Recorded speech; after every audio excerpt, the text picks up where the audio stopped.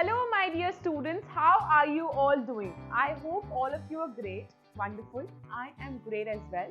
I am Nandini, your educator and mentor at Learn Karo. I'll be taking your legal studies for class 12.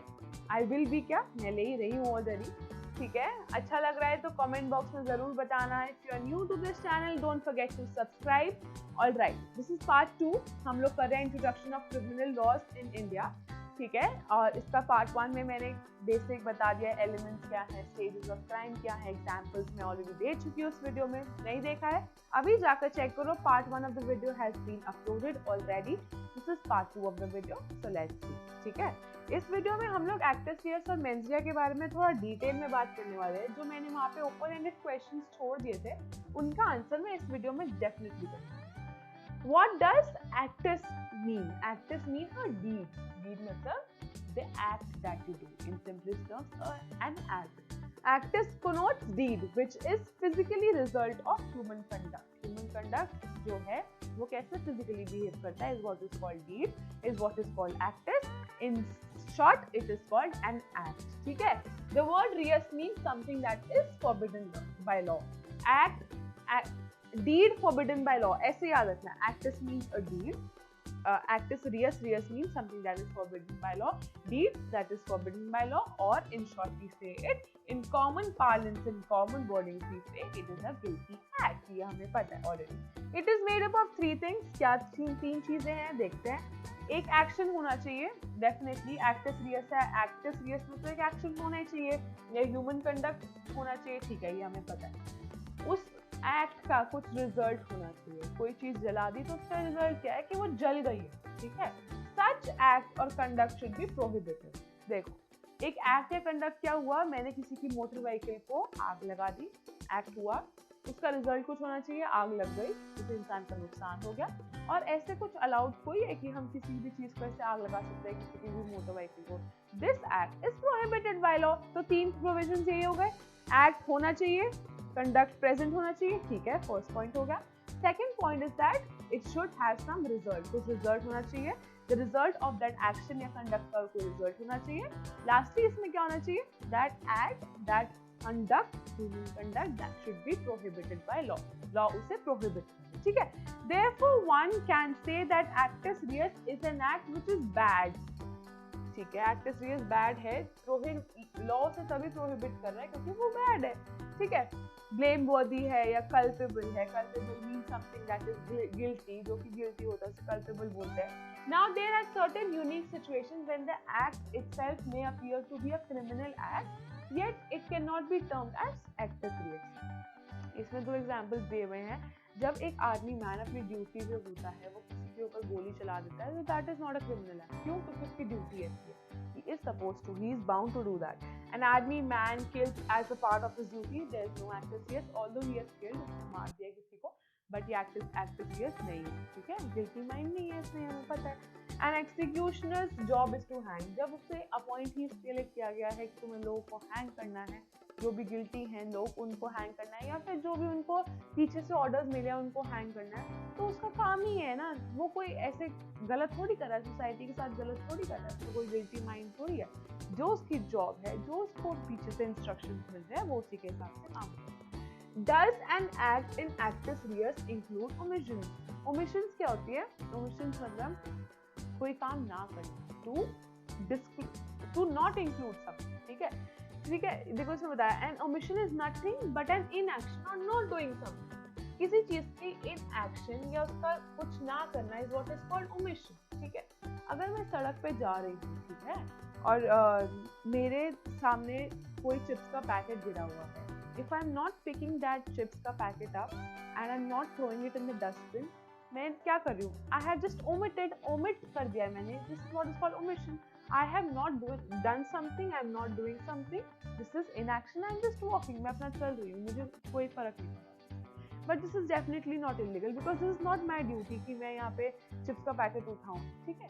Had it been somebody, अगर कोई appoint है, sweeper appointed है, he has to take care of that, road only. He has to clean that road, and if he just passes by and watches that गंदा हो रखा है and he doesn't pick it up or doesn't clean it, he can be held liable. Why? Because it is his duty to clean the street, but it is not my duty just to pick that up. मैं morally तो कर सकती हूँ, मैं as an obligation तो कर सकती हूँ, एक moral duty तो हो सकती है कि हाँ यार मेरे को करना चाहिए, I should keep my city clean, keep my area clean where I am walking. It won't cost me anything if I pick it up, but it is not my duty. मेरे ऊपर कोई केस नहीं हो सकता, ठीक है. Omission क्या है? An inaction or not doing something. Section 32 of IPC Indian Penal Code. Indian Penal Code और CRPC के बारे में हम लोग अभी बात करेंगे. एक बार बस ये देख लो. Section 32 of IPC says acts which may be considered as crime include illegal omission.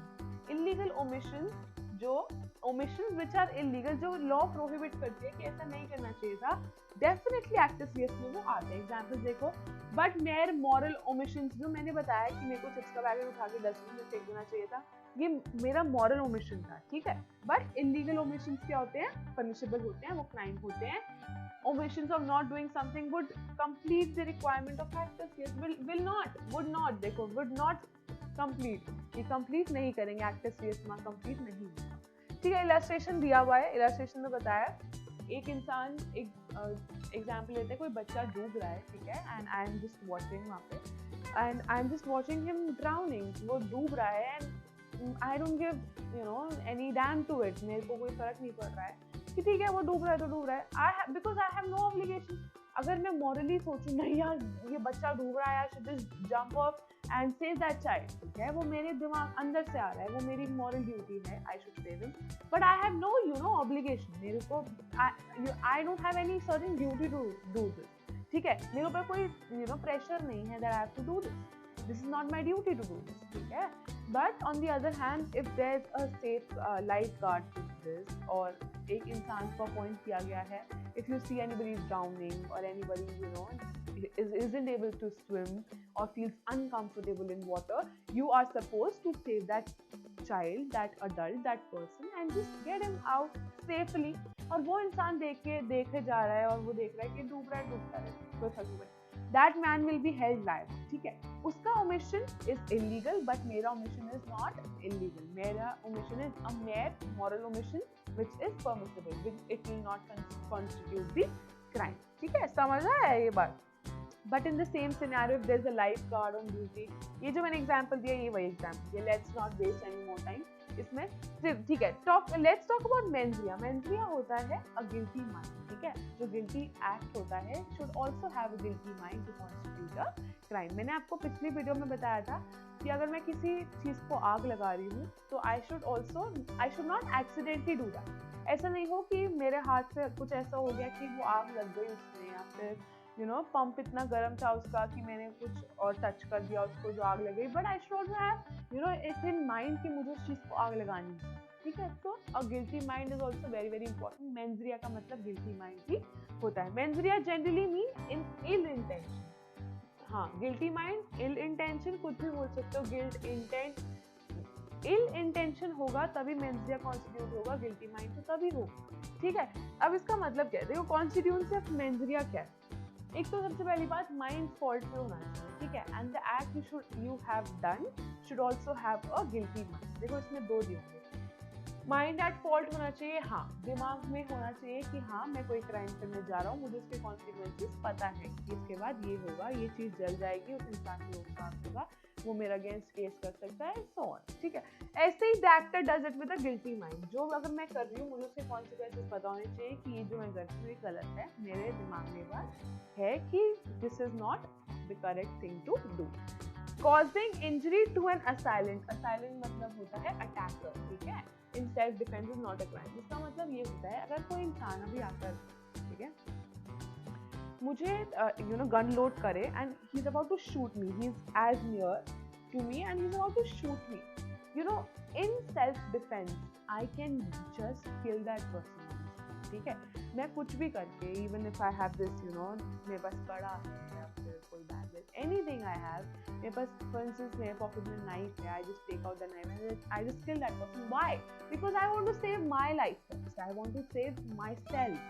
तो मैं उसको क्या कर रही हूँ, मैं सेल्फ डिफेंस में अपना नाइफ निकाल दे रही हूँ, मैं अपना कड़ा निकाल के उसको मारने की कोशिश कर रही हूँ। And in case that person dies, जिसको कोई भी इंजरी आती है, कोई भी, I will not be held liable. Why? But I'll have to prove the fact that he was trying to kill me. But ऐसा ना हो कि कोई इंसान मेरे को थप्पड़ मारने की कोशिश कर रहा है and I just take out my knife and I kill that person. I will be held liable. Why? I cannot take the plea of self defense. मैं self defense नहीं बोल सकती हूँ कि मैं अपने आप को बचाने के लिए मैंने उसे चाकू मारा। क्यों? वो तो मुझे थप्पड़ ही तो मार रहा था, मेरी जान को नुकसान थोड़ी है उसके थप्पड़ से, तो मैंने चाकू निकाल के उसको क्यों मारने की कोशिश करी, क्यों मारा? This is not self defence. But self defence यही होता है, अगर कोई मुझे मार रहा हो, I can attack him, I can counter attack him with the help of something जो जो उसकी सिवियरिटी है, उसी सिवियरिटी में मैं काम करूँ। ठीक है, देखो, causing injury to an assailant means an attacker in self defense is not a crime, क्योंकि हम अपने आप को बचाने की कोशिश करें। But the moment injury is caused with the intent to take revenge, the act becomes criminal. देखो, अब एक बात समझने वाली है, क्या होता है, मेरे को कोई इंसान थप्पड़ मार देता है, ठीक है, तो मैं अपने आप को बचाने के लिए उस टाइम क्या करूँगी, उस टाइम ठीक है मैं पैर मार रही हूँ उसको, या I am trying to hit him also, मैं उसको थोड़ा बहुत हिट कर रही हूँ कि why are you hitting me, I can hit him, मैं भी उसको अटैक कर सकती हूँ, काउंटर अटैक कर सकती हूँ। ठीक है, मैं उसको इंजरी कॉज कर सकती हूँ। ठीक है, जान से नहीं मारना है, ऐसे कोई एक्शन नहीं लेना, चाकू नहीं उठा के उसको मारना है, बट मैं उसको वापस से मार सकती हूँ। ठीक है, अगर उसने मुझे बांध दिया है, I can also counter attacking. But एक बात ये है, वो मुझे मार के अगर चला गया तो मेरा गुस्सा वही शांत हो गया। ठीक है, ऐसे नहीं हुआ कि मैं उसी टाइम या तो मार देती उसके, ऐसा नहीं है कि मैं शांत हो गई हूँ, ठीक है, वो मुझे मार के चला गया, मैं उसके घर जा रही हूँ उसको मारने के। So this is this can not be termed as self defence. ये सेल्फ डिफेंस नहीं है, self defence on the spot. ठीक है, अगर मैं उसे मार के आ रही हूँ ना वहाँ पे, तो आई एम कमिटिंग क्राइम, वो तो कर ही चुका है, वो मुझे मार चुका है। हाँ, उस टाइम मैं उसे जितना भी मार लूँ, जितना भी इन द सेंस जिस सिवियरिटी से वो मारा उस सिवियरिटी से मैं मार दूँ, ठीक है, बट ऐसा नहीं हो सकता कि मैं उसके घर जाके उसको रिवेंज लूँ, तब I will commit crime and this will not be just a self defense and hence permissible, नहीं, ऐसा नहीं। ठीक है, the moment injury is caused with intent, I have revenge, मैं revenge लेने उसके घर गई हूँ, मारने गई हूँ, the act becomes criminal, criminal तो यहाँ बन ही गया। ठीक है, यहाँ पे कुछ केस लॉज भी दिए हुए हैं। पहले एक बात सुन लो, देखो इसमें यहाँ मेंशन किया गया है एनी क्राइम फिजिकल, ठीक है, मेंजरिया के साथ एक्ट मतलब गिल्टी एक्ट के साथ मेंजरिया भी होना चाहिए, तुम्हें पता है 17th सेंचुरी में इंग्लैंड से आया है ये। ठीक है, during this period the judges began to hold that act alone could not be created criminal liability। सिर्फ एक्ट करना क्रिमिनल लाइबिलिटी क्रिएट नहीं करता है, there should also be a mens rea. दिमाग भी ऐसा होना चाहिए, गिल्टी माइंड भी ऐसा होना चाहिए, it should be accompanied by guilty state of mind. ये 17th सेंचुरी में आई थी ये बात, मेंस रिया और एक्टिव सीएस की 17th सेंचुरी। और कहाँ से आई है ये बात? आई है इंग्लैंड। ठीक है, जिन्होंने हमें गुलाम बना के रखा, हम उन्हीं की बातें फॉलो करते हैं। Okay, bye. अच्छा नहीं, बाय नहीं, अभी लेट्स जस्ट रीड दिस। ये केस लॉज हैं, 2 केस लॉज हैं, काफ़ी इंपॉर्टेंट है। 1965 के केस है, फिर 1994 का होगा। हाँ देखो यहाँ लिखा है ना, 1965 का केस है, 1994 का है। देखो उसका नाम बहुत इंपॉर्टेंट है, state of Maharashtra versus mayor हंस जॉर्ज होगा। हाँ, हंस जॉर्ज है। फिर ये केस लॉ है 1994 का, Kartar Singh versus state of Punjab. ये बहुत ज़्यादा इंपॉर्टेंट है, ये आगे जाके भी बहुत ज़्यादा पढ़ोगे, बट इसमें जितना मेंशन है बस उतना ही पढ़ना। देखो, The word mens rea such as is not defined। IPC ने कहीं इसको डिफाइन नहीं किया है mens rea को, but it is used in all the sections में, सब definitions में ये use किया गया है। ठीक है, इसमें ये लिखा है। So you have talking about, for example, for framing a charge of an offence, the traditional rule of existence of mens rea is to be followed। देखा जाता है किस इंसान की कितनी इंटेंट थी उस चीज में, उसी हिसाब से उसको गिल्टी हेल्ड किया जाता है। ठीक है, तो state of Maharashtra versus mayor हंस। देखो इस केस लॉ में क्या मेंशन किया गया है, state of Maharashtra versus mayor हंस जॉर्ज 1965 का केस है। इसमें बताया गया है unless and until statute law मतलब जो रिटन लॉ है, आईपीसी एक रिटन लॉ है। हाँ, हमें पता है। ठीक है, तो इंडियन पीनल कोड 1860 का जो लॉ है, अगर वो या फिर कोई भी नेसेसरी जो स्टैट्यूट है, अगर वो एक्सप्लिसिटली बताए ना कि मेंस का यूज नहीं होना चाहिए, तब तक we can not exclude it, ठीक है।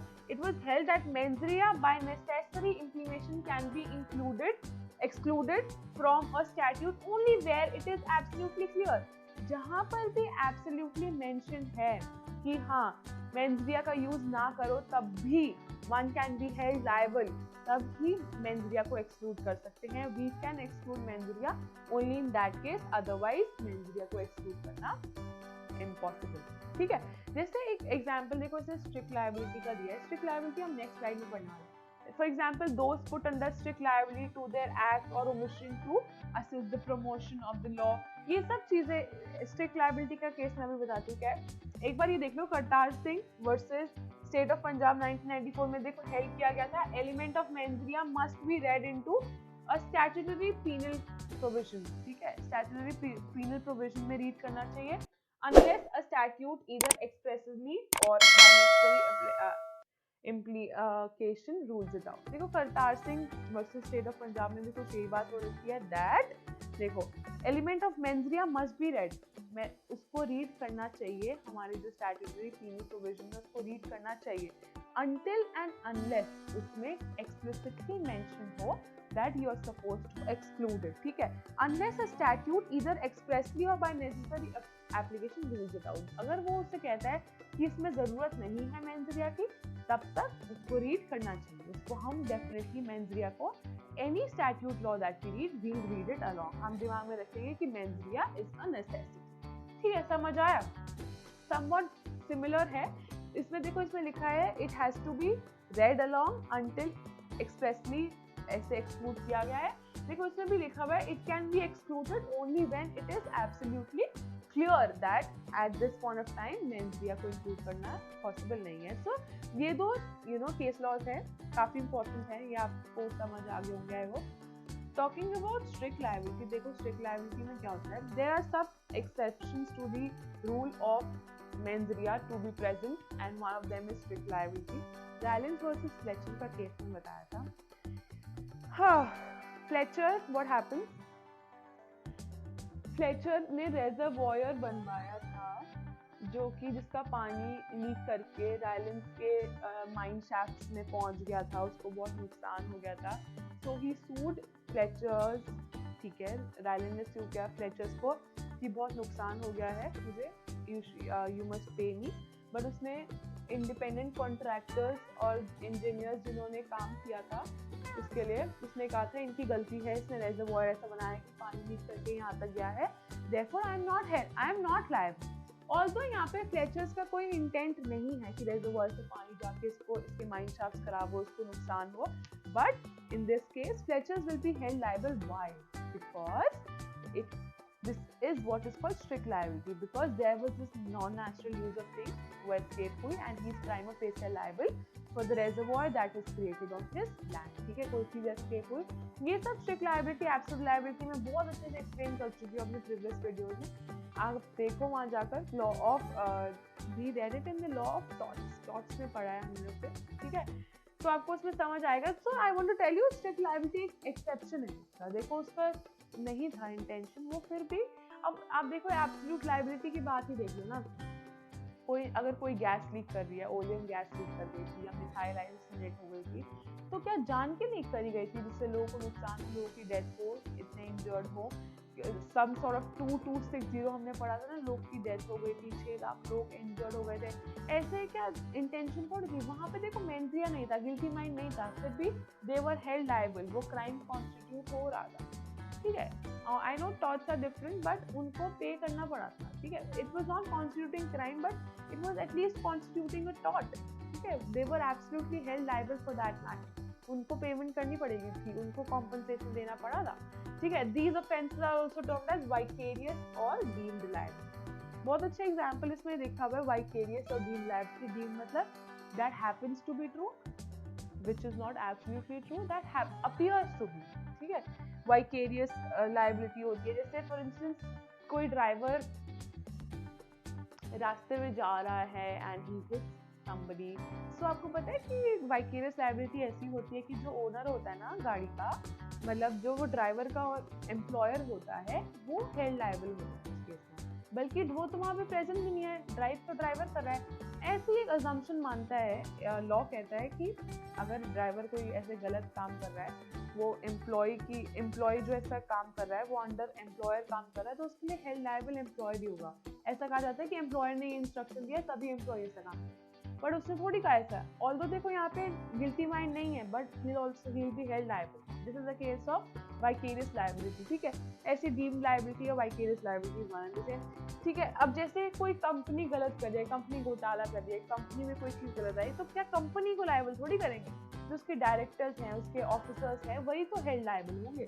देखो इसमें यही दिया हुआ होगा।